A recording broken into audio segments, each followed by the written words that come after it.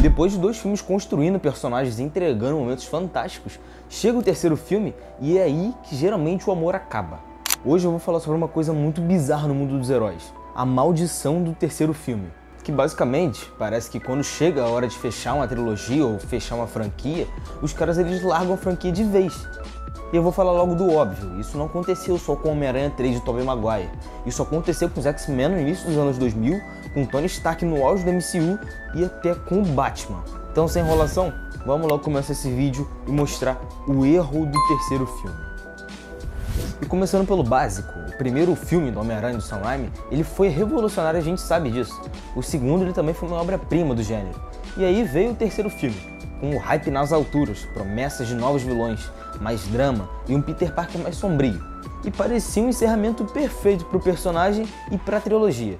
Só que só parecia mesmo. O grande problema de Homem-Aranha 3, todo mundo sabe que foi a pressa e a interferência do estúdio. O Sam Raimi ele queria focar no arco emocional do Harry e do Homem-Aranha, construindo uma história mais humana e dramática. Mas a Sony ela queria o Venom. E eu te pergunto, por quê? E eu te respondo também, porque ele era popular e vendia muito boneco, e também agradava o público adolescente. E o resultado disso foi o Sam Raimi que teve que forçar 3 vilões em um filme que não tinha muito espaço para isso. Claro, tem bons momentos como a luta no beco com Harry, que é intensa e bem dirigida, só que tem uns probleminhas de CGI ali, mas a gente releva por conta da época. Mas o Homem-Aranha ele também tem uma das origens mais emocionantes do gênero, e tudo isso é muito abafado pela bagunça que o roteiro se tornou. E claro, não tem como a gente ignorar o Peter Emo e a cena da dança, não tem como. O que era para mostrar a corrupção do simbionte virou mais um meme instantâneo. E cara, não tem como levar a sério. Aquilo ali não é um Peter Parker corrompido pelo simbionte, é um personagem que saiu direto de um musical. É muito bizarra essa cena, tem muita gente que gosta, claro que tem. Mas pô, pra mim, eu acho horrível, né? E a maioria não gosta também. Mas, cara, é a bagunça de Homem-Aranha 3. Mas mesmo com isso tudo, esse final da trilogia né, tem muita alma e muito coração. A direção do Sam Raimi aparece em vários momentos. A trilha sonora continua bem marcante e o elenco tenta segurar a barra. Só que é muito visível que o diretor estava sufocado. Você sente que essa trilogia podia ter terminado com dignidade e não com um filme que tentou agradar todo mundo e acabou não agradando ninguém. Esse terceiro filme ele matou a trilogia e o pior de tudo, matou também a sequência que viria depois, porque os planos de Homem-Aranha 4 com a Abutre e a Felicia Hardy foram cancelados. Tudo por causa da repercussão desse filme. E assim, Homem-Aranha 3 virou o maior exemplo de como o excesso de ambição e a mão pesada do estúdio pode transformar uma obra épica em uma decepção frustrante. Bom, eu falei de Homem-Aranha 3 de uma forma mais resumida, porque basicamente todo mundo conhece essa história. Então eu vou começar a me aprofundar um pouquinho mais nesses próximos filmes que eu vou falar agora. Que um deles é X-Men: O Confronto Final. E claro, se tem uma franquia que carregou o gênero de super-heróis nas costas nos anos 2000, foi X-Men com certeza.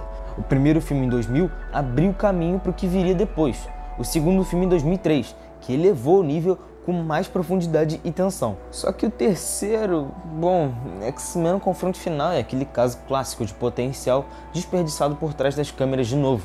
X-Men 2 terminou com um baita gancho para o próximo filme, com a Jean Grey morrendo e ressurgindo como a Fênix, o que prometia adaptar uma das melhores sequências e sagas mais lendárias dos quadrinhos. E os fãs de verdade dos mutantes sabiam o que aquilo significava.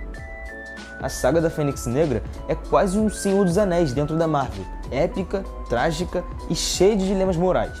Então quando a Fox anunciou o terceiro filme, a empolgação era total. Era a chance de fechar a trilogia com grandiosidade e emoção. Mas aí o Bryan Singer, que é o diretor dos X-Men, ele saiu do projeto para fazer Superman Returns e a direção caiu nas mãos de Brett Ratner, um cara que é muito conhecido por uma ação genérica e com bem menos sensibilidade narrativa que o Bryan Singer. E aí que começaram os problemas. O filme ele foi extremamente apressado desde o início. O roteiro ele teve mudanças em cima da hora. Várias ideias foram cortadas ou jogadas de qualquer jeito. E a Fox queria um blockbuster de verão, cheio de efeitos e explosões. E pouco se importou com o peso emocional que a história pedia. E o resultado disso foi claro. Eles tentaram adaptar 2 grandes tramas de uma vez só. A saga da Fênix Negra e a Cura Mutante. E essas 2 sagas, elas são muito densas e complexas. E elas mereciam um filme inteiro para cada uma. Não tinha como fazer isso em um filme só. Só que aqui virou só um pano de fundo para as cenas de ação. A Fênix, que nos quadrinhos é quase uma força cósmica de destruição e renascimento, virou uma Jean calada, com um olhar ameaçador, parada no fundo da cena, sem falas ou presença. Então virou uma vilã meio genérica, que se você não tivesse visto os outros filmes dos X-Men ou não conhecesse a personagem, você achar ela tanto faz.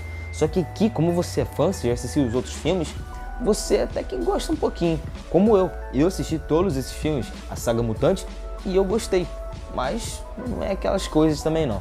E uma marca ridícula desse filme foi a tentativa de chocar os fãs com mortes aleatórias. O Ciclope, que nos quadrinhos é o líder principal dos X-Men, ele morreu fora de tela.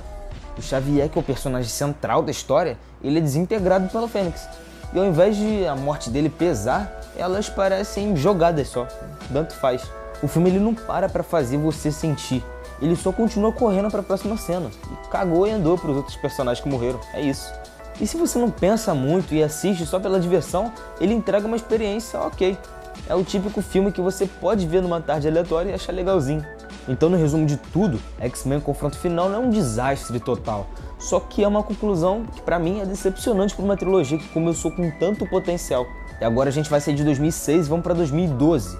E você aí é um fã da Marvel que acabou de acordar no dia aleatório em 2012, depois do sucesso absurdo dos Vingadores em 2012. O hype pro próximo filme da Marvel era imenso. E quem que abriu a fase 2 do MCU?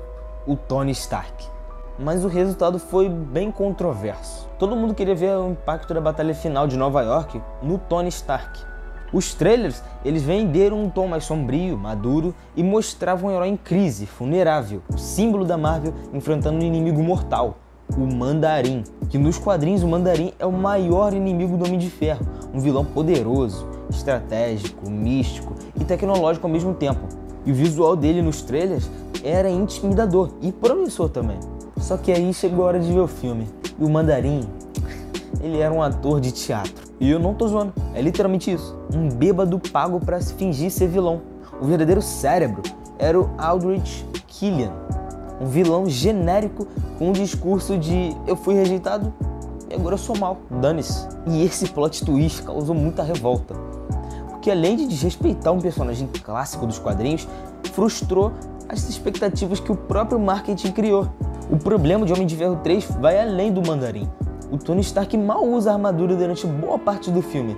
Ele passa mais tempo investigando de forma meio genérica, sendo detetive, engenhoso, do que sendo o super-herói que o público queria ver nele. Mas claro, a ideia deles foi boa, que era mostrar o homem por trás do traje, humanizar o personagem. E isso é legal no papel, só que na prática ficou uma coisa horrível. Ele passa o filme inteiro quebrado, com crise de ansiedade, sem ação empolgante. E outro ponto meio bizarro foi o humor estranho, principalmente na relação entre o Tony e a criança no meio do filme lá. Para alguns foi um momento leve, foi divertido, só que para outros foi um desvio total de tom do clima sombrio que o trailer prometia.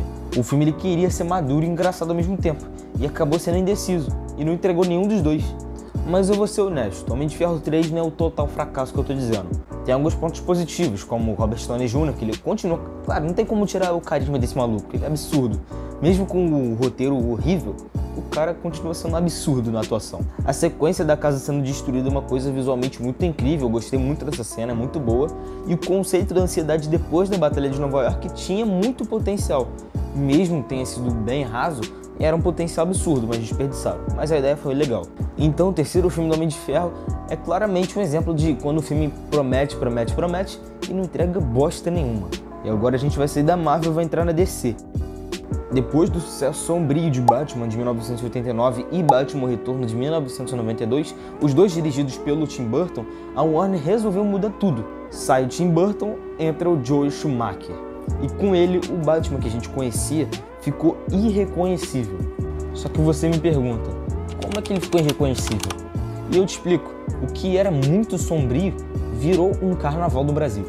Visualmente exagerado, com figurinos brilhantes, efeitos duvidosos e um tom que beirava o pastelão. E aí a gente chega num dos pontos mais baixos desse filme, o Charada e o Duas Caras. Cara, o Jim Carrey como Charada entrega uma performance que é basicamente o Máscara com roupa verde. Caricato demais, exagerado, sempre gritando, e ele rouba a cena todas as vezes que ele aparece. Só que não é um jeito muito bom não. E o Tommy Lee Jones, que é um ator sensacional, ele faz um Duas Caras que é simplesmente um coringa genérico. fica tentando disputar a atenção com o Charada e ver quem grita mais alto. Esses dois energúmenos ficaram tentando o tempo inteiro competir quem tinha mais destaque. Só que ninguém ganhava nada, quem perdia era o público. E é um filme que você pode olhar e achar até divertido pelo absurdo todo no geral. Mas como uma obra do Batman, é um desserviço total. Bom, e fechando tudo isso, fica muito claro que o terceiro filme ele costuma ser um ponto crítico em muitas trilogias e franquias. E não é uma regra absoluta, mas é impressionante como o número 3 ele carrega uma maldição, entre aspas, silenciosa em várias dessas histórias. Mas agora eu quero saber de você. Qual desses terceiros filmes você acha o pior? Ou tem algum outro que você curte e defende com orgulho? Comenta aqui embaixo, vamos trocar essa ideia nos comentários. E comenta aqui também qual filme faltou para botar nessa lista. Sendo de herói e sem ser de herói também. Pode falar o que você quiser, me dá ideia de vídeo, que vai ajudar muito. E claro, se você curtiu o vídeo, deixa o like por favor, que deu muito trabalho para produzir esse vídeo. E se inscreve no canal e ativa o sininho para não perder os próximos vídeos sobre filmes e herói e tudo que a gente ama ou odeia no mundo nerd. E não se esquece que tem vídeo todo terça e sexta às 2 da tarde, então não perde nada. Então é isso, muito obrigado por ter me acompanhado até aqui e até sexta-feira às 2 da tarde de novo. Tamo junto e até a próxima. Valeu!